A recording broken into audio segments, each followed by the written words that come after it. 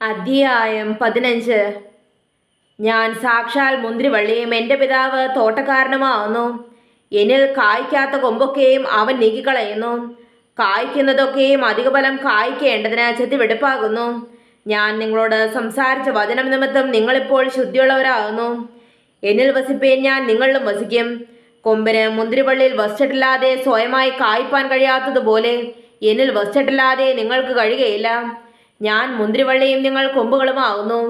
ഒരുത്തൻ എന്നിലും ഞാൻ അവനിലും വസിക്കുന്നുവെങ്കിൽ അവൻ വളരെ ഫലം കായ്ക്കും. എന്നെ പിരിഞ്ഞ് നിങ്ങൾക്കൊന്നും ചെയ്യുവാൻ കഴിയുകയില്ല. എന്നിൽ വസിക്കാത്തവനെ ഒരു കൊമ്പ് പോലെ പുറത്തു കളഞ്ഞിട്ട് അവൻ ഉണങ്ങിപ്പോകുന്നു. ആവക ചേർത്ത് തീയിലിടുന്നു, അത് വെന്തുപോകും. നിങ്ങൾ എന്നിലും എൻ്റെ വചനം നിങ്ങളിലും വസിച്ചാൽ നിങ്ങൾ ഇച്ഛിക്കുന്നത് എന്തെങ്കിലും അപേക്ഷിപ്പേൻ, അത് നിങ്ങൾക്ക് കിട്ടും. നിങ്ങൾ വളരെ ഫലം കായ്ക്കുന്നതിനാൽ എൻ്റെ പിതാവ് മഹത്വപ്പെടുന്നു. അങ്ങനെ നിങ്ങൾ എൻ്റെ ശിഷ്യന്മാരാകും.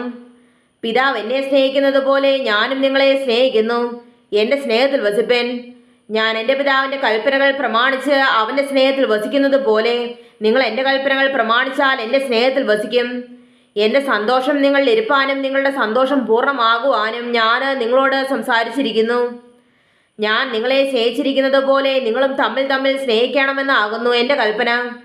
സ്നേഹിതന്മാർക്ക് വേണ്ടി ജീവനെ കൊടുക്കുന്നതിലും അധികമുള്ള സ്നേഹമാർക്കുമില്ല. ഞാൻ നിങ്ങളോട് കൽപ്പിക്കുന്നത് ചെയ്താൽ നിങ്ങൾ എൻ്റെ സ്നേഹിതന്മാർ തന്നെ. യജമാനൻ ചെയ്യുന്നത് ദാസൻ അറിയായകൊണ്ട് ഞാൻ നിങ്ങളെ ദാസന്മാർ എന്നിൽ പറയുന്നില്ല. ഞാൻ എൻ്റെ പിതാവിനോട് കേട്ടതെല്ലാം നിങ്ങളോട് അറിയിച്ചത് കൊണ്ട് നിങ്ങളെ സ്നേഹിതന്മാർ എന്ന് പറഞ്ഞിരിക്കുന്നു.